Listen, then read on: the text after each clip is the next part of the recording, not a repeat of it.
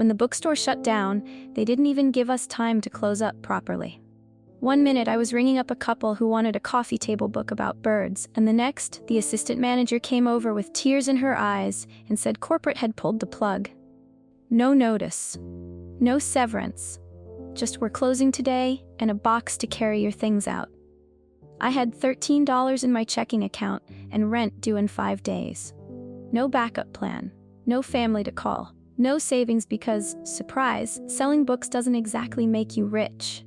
So yeah, I started scrolling job listings before I even left the parking lot. I didn't care what the job was. I just needed hours. I needed a paycheck. I needed a way to keep the lights on. That's how I ended up applying for the night shift at Home Depot. The listing was vague but promising. 10 p.m. to 6 a.m., 4 nights a week. Shelf stocking. Minimal customer interaction. Competitive pay. Benefits after 90 days. It sounded fine. Harmless. Boring even. And boring sounded perfect at the time. What it didn't say was anything about rules. Not normal workplace rules. I mean the kind of rules that you only follow if you don't want something horrible to happen to you in the dark. But I didn't know any of that yet. I showed up early on my first night, 15 minutes early to be exact. I didn't want to risk being late, and truthfully, I was too nervous to sit at home waiting for the clock to crawl forward. The place looked closed, which made sense. All the lights were dimmed.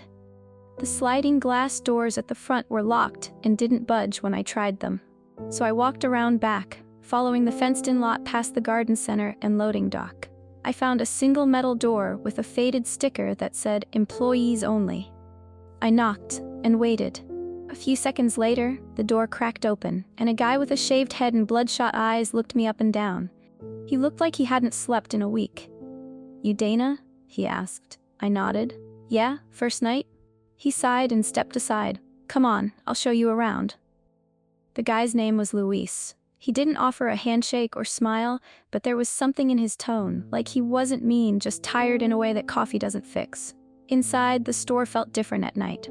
Too big, too quiet, like someone had scooped all the air out and left the lights behind.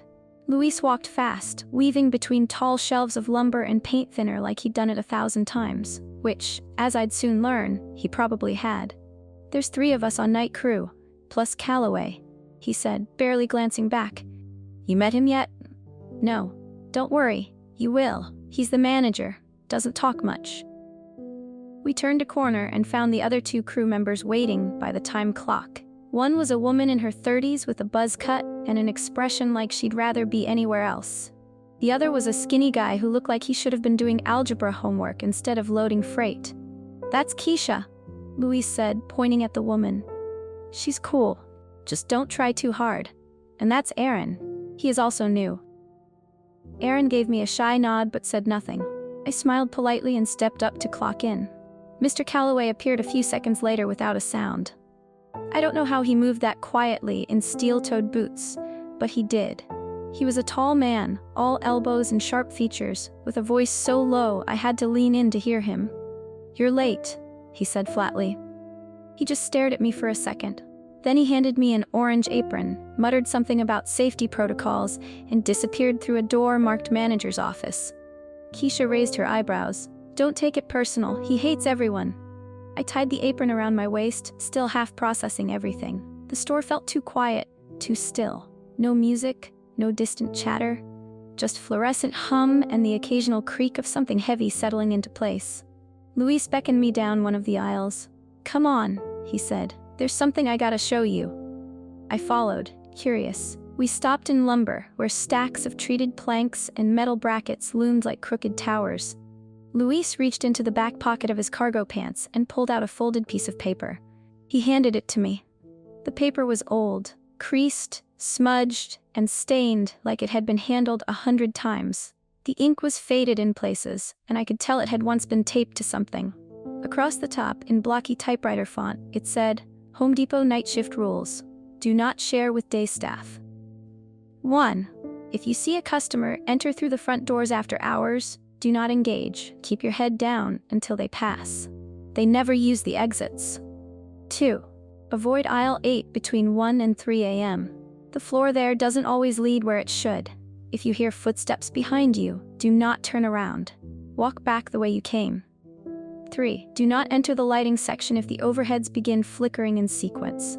Something uses the fixtures to move. Let it finish. 4. If you see a woman in an outdated orange vest with no name tag, do not speak to her. She died here in 1997. She doesn't know that. 5. At exactly 2:15 a.m., someone will try to use the paint mixing station. They will not look human up close. Hand them the pre-mixed cedar smoke can from the locked cabinet. Do not make eye contact. 6. If you hear knocking from inside one of the locked display sheds in outdoor living, ignore it. No one was put there by accident. 7. Before you clock out, count your team. If you see someone in line you don't remember working with, do not speak. Walk out calmly and leave through the loading dock. I stared at it. Okay, I said slowly, so this is like a joke or some creepy hazing thing? Luis shook his head. Just keep it in your pocket. Trust me. He turned and walked away, like that was the end of the conversation. And for a moment, I still thought it was all just a weird tradition, like ghost stories around a campfire. Something to scare the new hire, but I was wrong. Those rules were real. And soon I would see that. By the end of my first shift, my feet were on fire, and I had a blister forming at the base of my thumb from breaking down boxes. I didn't complain. Honestly, I was too busy trying to memorize the layout of the store without looking completely useless. Luis kept an eye on me, but didn't hover. Aaron mostly stayed quiet, pushing stock carts with his earbuds in. Keisha ignored me completely.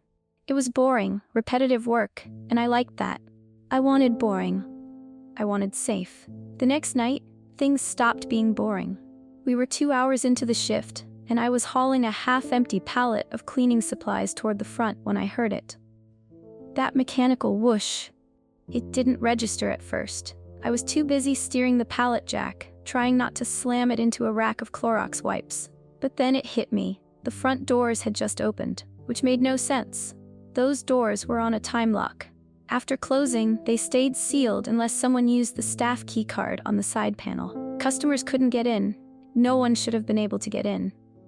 I looked up, confused. And there he was. A man in a white hoodie had just stepped inside. He didn't stop or look around. He kept walking forward, slow and steady, hands stuffed in his pockets. At first, I thought maybe he was a delivery guy or some contractor who had special access. But then my eyes flicked toward the glass. It was closed again. No one had followed him in. The outside lot was completely empty. No truck, no van, just a puddle of orange parking lights from the security lamps. The hairs on my arms stood up. Before I could say anything, a hand grabbed my arm. I jumped and spun, nearly yanking away, until I saw Luis standing beside me, his face pale under the flickering fluorescence. "Don't look," he whispered, his grip tightened. "Head down." "What?" I said, "Head down, now." There was no humor in his voice, no teasing, just hard, cold urgency. So I did what he said. I turned my head and stared at the floor like I was trying to memorize every speck of dust on it. I kept my breathing quiet. I didn't blink. The man walked past us without a sound. No footsteps, no creaking tiles, nothing. I could feel him though. Not physically, more like a presence. Like when you know someone's staring at you from across the room, but you can't prove it. My scalp tingled. My mouth felt dry. The silence stretched out for too long, and then it was gone. I glanced up. The man was gone. No doors, no footsteps, just vanished into the air like he'd never been there. Luis finally let go of my arm. He didn't say anything for a second, just stood there, watching the aisle like he expected something else to follow. I swallowed hard. "Who was that?" "You read the rules, right?" I nodded. "That was rule 1. I wanted to ask more, but the look on his face shut me up. He looked exhausted. But worse than that, he looked scared. Like he'd been through this before and hadn't fully walked away from it. I tried to go back to work after that. I really did. But every time I pushed the pallet down another aisle, I kept glancing over my shoulder. Every quiet corner of the store felt wrong. Every creak made me flinch. Eventually, I found Aaron near Seasonal, stacking folding chairs. "You ever see anything weird in here?" I asked, trying to sound casual. He shrugged. "Define weird." "Like, stuff that shouldn't happen." He hesitated for a second. "You read the rules, right?" "That's what Luis said." "Then don't break them." That was the end of that conversation. I tried to shake it off for the rest of the night. Told myself maybe I'd imagined it.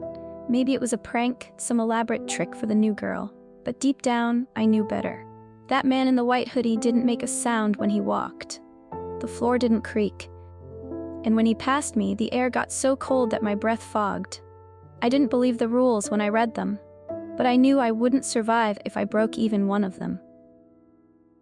By the third night, I knew how to fake confidence.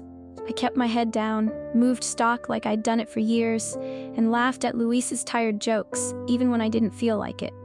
The warehouse wasn't scary, in the way horror movies make things scary. It was subtle, just a little too quiet, just a little too cold. Just enough off that your instincts whispered something's wrong, even when your brain tried to rationalize it. But I stuck to the rules.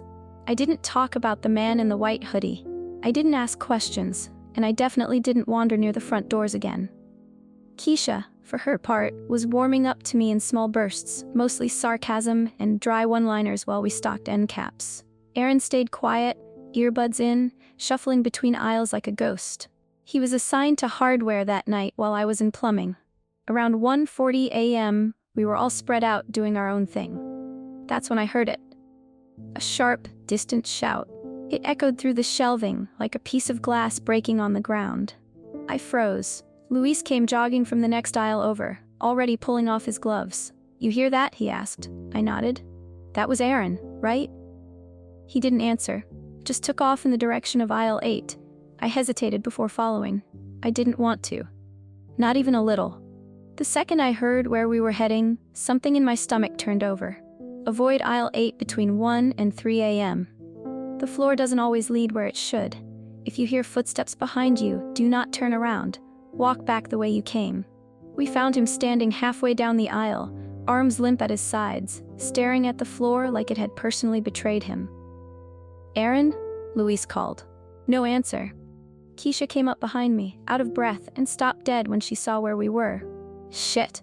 You let him walk into 8? "I didn't let him do anything," Luis muttered. "He was assigned to hardware."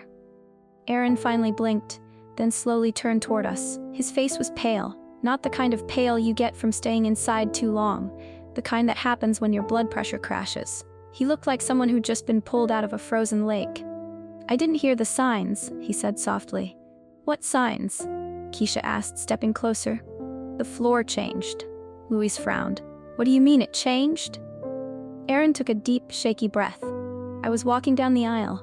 I was pushing a cart, just restocking ratchet straps, and then the tiles stopped making noise. I looked down at the floor.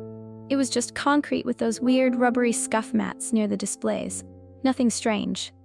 I kept walking," he said, "but it got quiet, like no sound at all. My cart wasn't making any noise, my shoes didn't squeak. I looked back and the lights were gone."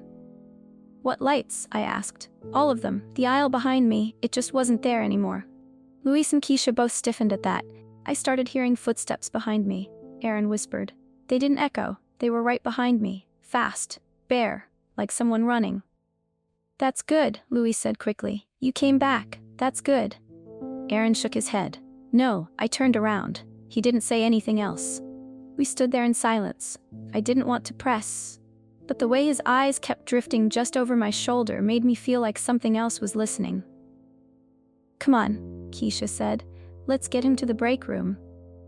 Luis nodded, guiding Aaron out of the aisle with a hand on his shoulder.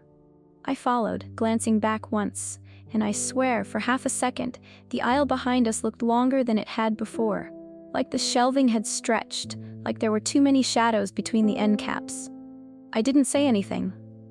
I didn't want to give it power by speaking it out loud. In the break room, Aaron sat on one of the cracked vinyl chairs, clutching a can of Sprite from the vending machine. He didn't drink it, just held it like an anchor. "I never felt scared like that," he said finally. "I didn't see anything, not really, but I could feel it. Something was waiting for me to stop walking." Luis crouched in front of him. "And you didn't." Aaron shook his head. "Then you're okay." I wanted to believe that, but something in Aaron's voice haunted me for the rest of the night. It wasn't fear, it was regret. Later, when I walked past aisle 8 again, I noticed something new. One of the floor tiles near the middle had been scuffed in a tight, circular pattern. like someone had spun around in place fast. Like they'd been trying to decide whether to run back or face what was following them. There are certain aisles in a Home Depot you learn to appreciate once you've been on the night shift long enough. Plumbing isn't bad, tile is quiet, cleaning supplies smells like lemon-scented bleach and gives you the illusion of safety. Lighting? Lighting is hell, not because it's messy. It's actually one of the easiest aisles to restock. No boxes too heavy, no pallets to break down. Just rows of shelves filled with light bulbs, dimmer switches, and fake chandeliers hanging from the overhead racks like modern art pieces you'd never actually buy. No, lighting's hell because of Rule 3. Do not enter the lighting section if the overheads begin flickering in sequence. Something uses the fixtures to move. Let it finish. That rule made me nervous the second I read it. What does "uses the fixtures to move" even mean? How does something travel through ceiling lights? It sounded like sci-fi garbage. But after aisle 8, I wasn't laughing anymore. Which brings me to night 4. Mr. Calloway rotated our assignments, so I ended up in lighting while Keisha handled lumber and Luis took tools. Aaron wasn't back. He hadn't called out, he just wasn't on the schedule. I didn't ask why. I had a feeling I wouldn't like the answer. So there I was, dragging a cart of mixed bulbs down lighting, scanning barcodes, checking stock. It was after 2 a.m., and the overheads were buzzing louder than usual, like a swarm of flies behind plastic panels. I was halfway through the aisle when I noticed the first flicker. Just one light, right above the display for Edison-style bulbs. I stopped, holding a box of halogens. Waited. Another light flickered. 2 rows down, same side, then another, and another.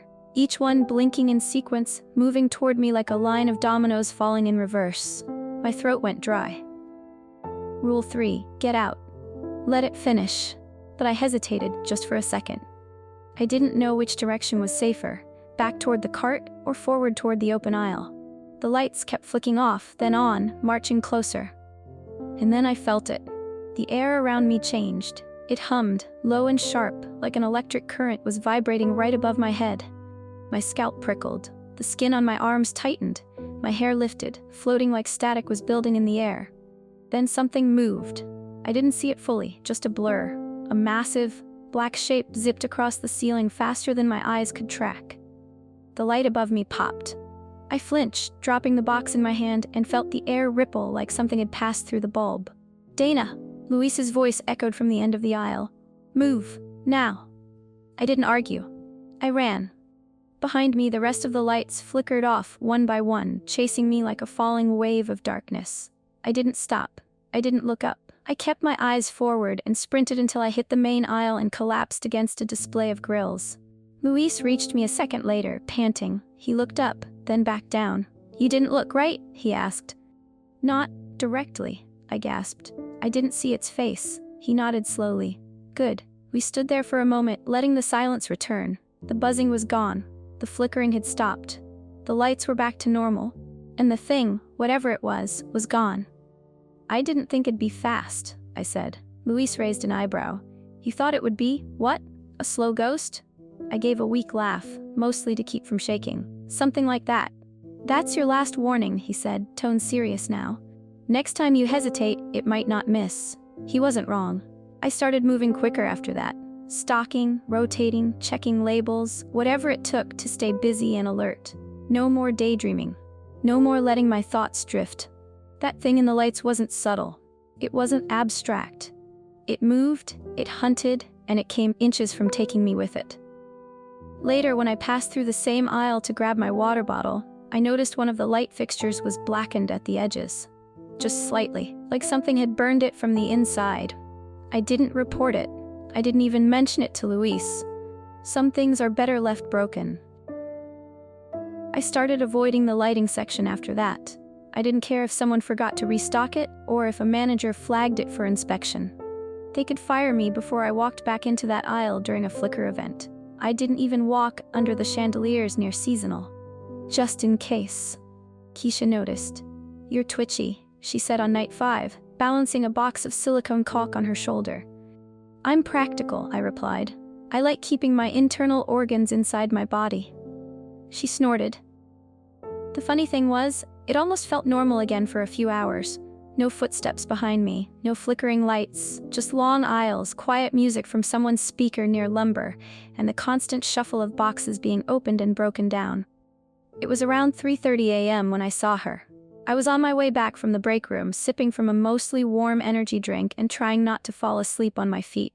The main store lights were dimmed a little, apparently a cost-saving thing between 3 and 4, and everything had this dull, gray glow to it. Then, 2 aisles over, I spotted a woman kneeling in front of a display rack. She was carefully restocking rows of caulk tubes.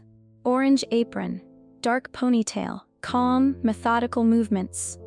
I almost called out a hello, but something was off. Her apron was too faded. Not just worn, it looked outdated, like it was from a different cut or material than ours. And there was no name tag. Everyone had one. It was mandatory. Even Mr. Calloway had his clipped on, and he barely acknowledged that any of us existed. I hesitated. That creeping, wrong feeling settled over me like a blanket.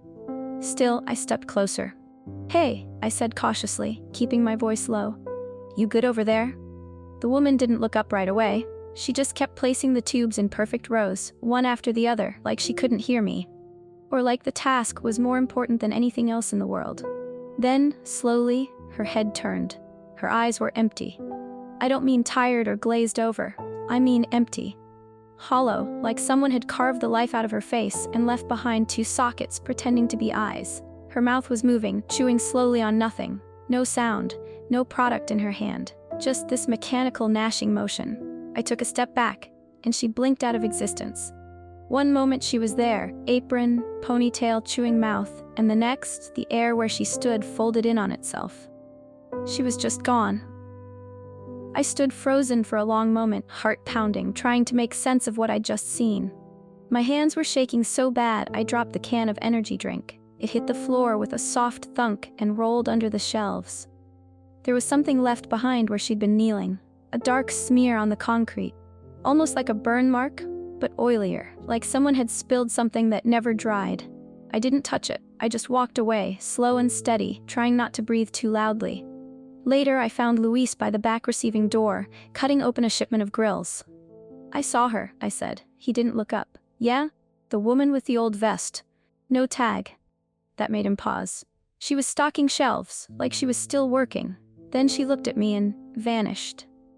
Luis sighed and wiped his hands on a rag. Her name was Cassie, worked here in the 90s, before they upgraded the vests. Something happened, no one talks about it. The official story was an accident during restocking. But nobody ever found her body. I swallowed. So she just kept working? She doesn't know she's dead, or maybe she does and just doesn't care anymore. That was somehow worse. I thought the flickering thing in lighting was terrifying, and it was, but Cassie's face haunted me more.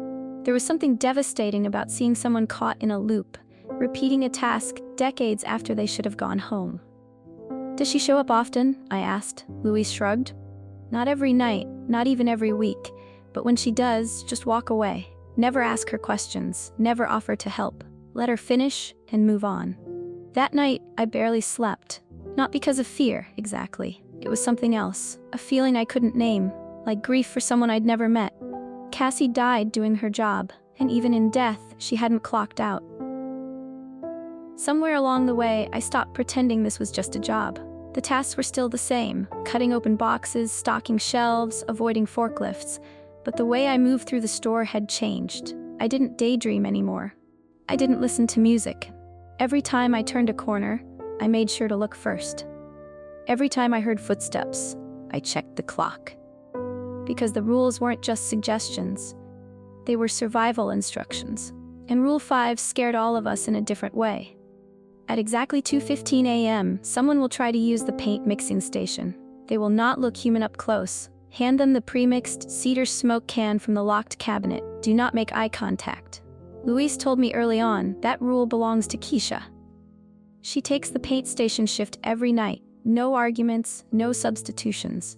No one offers to cover for her. No one even walks near the paint counter between 2:10 and 2:20. We just leave her alone and pray nothing goes wrong. On night 6, I watched from a distance. I was in hardware, pretending to organize drill bits I'd already shelved twice, when I saw her head over to the paint station. She moved with purpose, her steps steady, her posture square. I don't know if she was brave or just used to it by now. At exactly 2:15 a.m., I felt the shift. The air pressure changed. That's the only way I can describe it. 1 second the store felt normal, and the next it felt like something had sucked all the warmth and motion out of the building. Like we were trapped in a snow globe about to be shaken. Then he appeared. He wasn't there one moment, and then he was.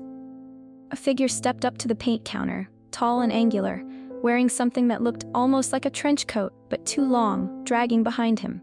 He didn't walk so much as glide. His limbs moved stiffly, like he wasn't built for gravity. Even from a distance, I could see something was wrong with his face. Not deformed, not burned, just off. The eyes were two sunken holes, like someone had burned them into a photograph with a cigarette. His mouth was too wide. His skin looked like it had been pressed through glass, flattened, warped. Keisha didn't flinch. She opened the locked cabinet under the counter and pulled out a single paint can. It had no barcode, no sticker. Just a dull gray label with cedar smoke handwritten in marker. She didn't speak, didn't look him in the eyes. She set the can on the counter and stepped back. The figure reached forward. His fingers were long and shiny, like they'd been dipped in tar. He touched the can, barely, and the metal immediately frosted over, like someone had sprayed it with liquid nitrogen. Then he turned and left. No words, no sound, just gone. And with him, the temperature snapped back to normal. My breath, which had been fogging faintly in the aisle, cleared. The air stopped pressing against my chest. Keisha exhaled and sat down on the stool behind the counter. I waited a few minutes before approaching.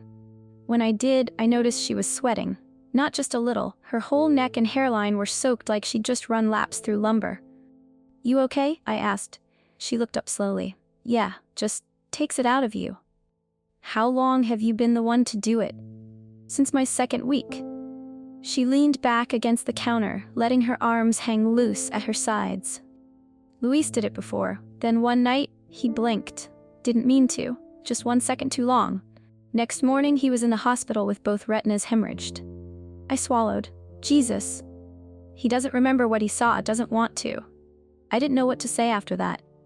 So I just stood there, while Keisha caught her breath. She didn't want comfort. She didn't even want company. This wasn't something you hugged out, it was something you endured. After a while, she cracked a grin. "Still want to trade shifts with me next week?" "Not a chance." Smart girl. That was the closest she'd come to calling me a friend. I didn't see the paint customer again. I hoped I never would. But the frost marks on the can he touched, they didn't melt. Even when Keisha locked it back in the cabinet, the can stayed ice cold.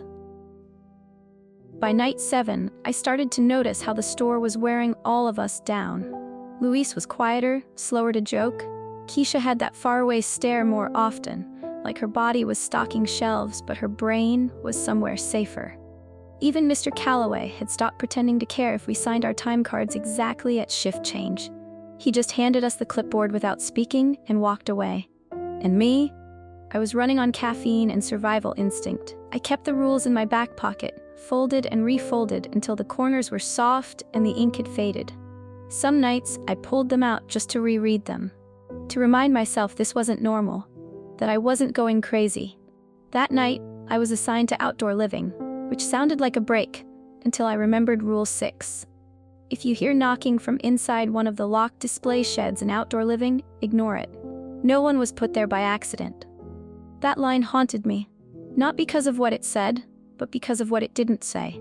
It didn't say what was knocking, it didn't say what would happen if you answered. Just that no one was put there by accident. Around 3:45 a.m. I was restocking folding chairs under the big canvas canopy near the garden center when I heard it. Knock, knock, knock. Not frantic, not violent.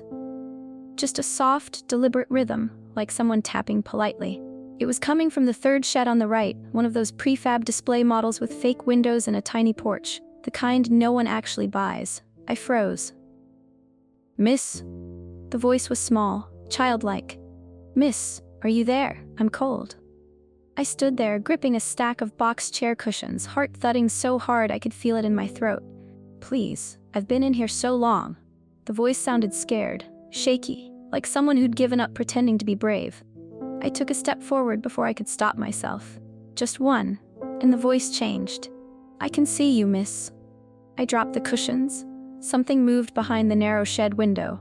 A silhouette, small, shoulders hunched, pale hands pressed against the glass. Please don't leave me, it's so dark in here. My hand hovered over the latch. It wasn't locked with a padlock, just a basic sliding mechanism you could undo with one finger. Whoever was inside had no way out on their own. Or at least, that's what it wanted me to believe. I was 1 second away from opening that door when someone grabbed my wrist. It was Luis. He didn't say a word, he just stared at me, eyes wide, shaking his head. His grip was firm, not panicked, just absolute. I stepped back. The voice inside shifted again. Luis, is that you? That stopped me cold. The thing in the shed laughed, a high, wet giggle that didn't match the voice it had used before. Then it slammed itself against the door from the inside. The whole shed rocked on its base. A loud crack split the air, like a shoulder dislocating or a knee popping the wrong way. Luis pulled me back farther. Don't talk to it, he said. Don't answer it. Don't pity it. We stood there until the banging stopped, until the laughter turned to screaming, then to sobbing, then to silence. I thought it was a kid, I whispered. It always is, he said. We walked away without another word. I didn't ask who he thought was in there. I didn't ask how it knew his name. I didn't want to know what it meant when it said it could see me. Later, in the break room, I asked Luis one last question. Has anyone ever opened it? He nodded once. Yeah. What happened? They never found the worker. Only an open shed. I didn't ask again. From that night on, I stayed away from outdoor living. No matter what the schedule said. No matter how much the task board insisted it was my assignment. If I heard knocking again, I wouldn't even look at the sheds. Because the voice was right. It could see me. By my last night, I didn't need the paper anymore. I knew the rules by heart. I could list them in order. I could tell you which aisle to avoid, which light flicker meant danger, which knock to ignore. I didn't need a guide. I was living by instinct now. The store had trained me. Keisha said it best once, halfway through a pallet of mulch. It's not about learning the rules, it's about becoming part of them. That shift felt like any other at first. Mr. Calloway handed us the clipboard, with his usual blank expression. Luis muttered something about his back acting up. Keisha joked that if she had to restock one more toilet seat, she'd superglue them all shut and walk out. Aaron never came back. We didn't ask. Most of the shift passed in silence, just boxes and shelves and cheap radio static from the speaker someone had clipped near the break room. No flickering lights, no paint station incident, no knocks. For once, everything stayed quiet. Too quiet. At 5:55 a.m., we all wandered toward the time clock like usual.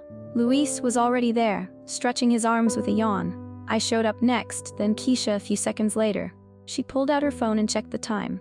Almost out, she said. One more day in this haunted-ass place and I swear I'm putting in notice.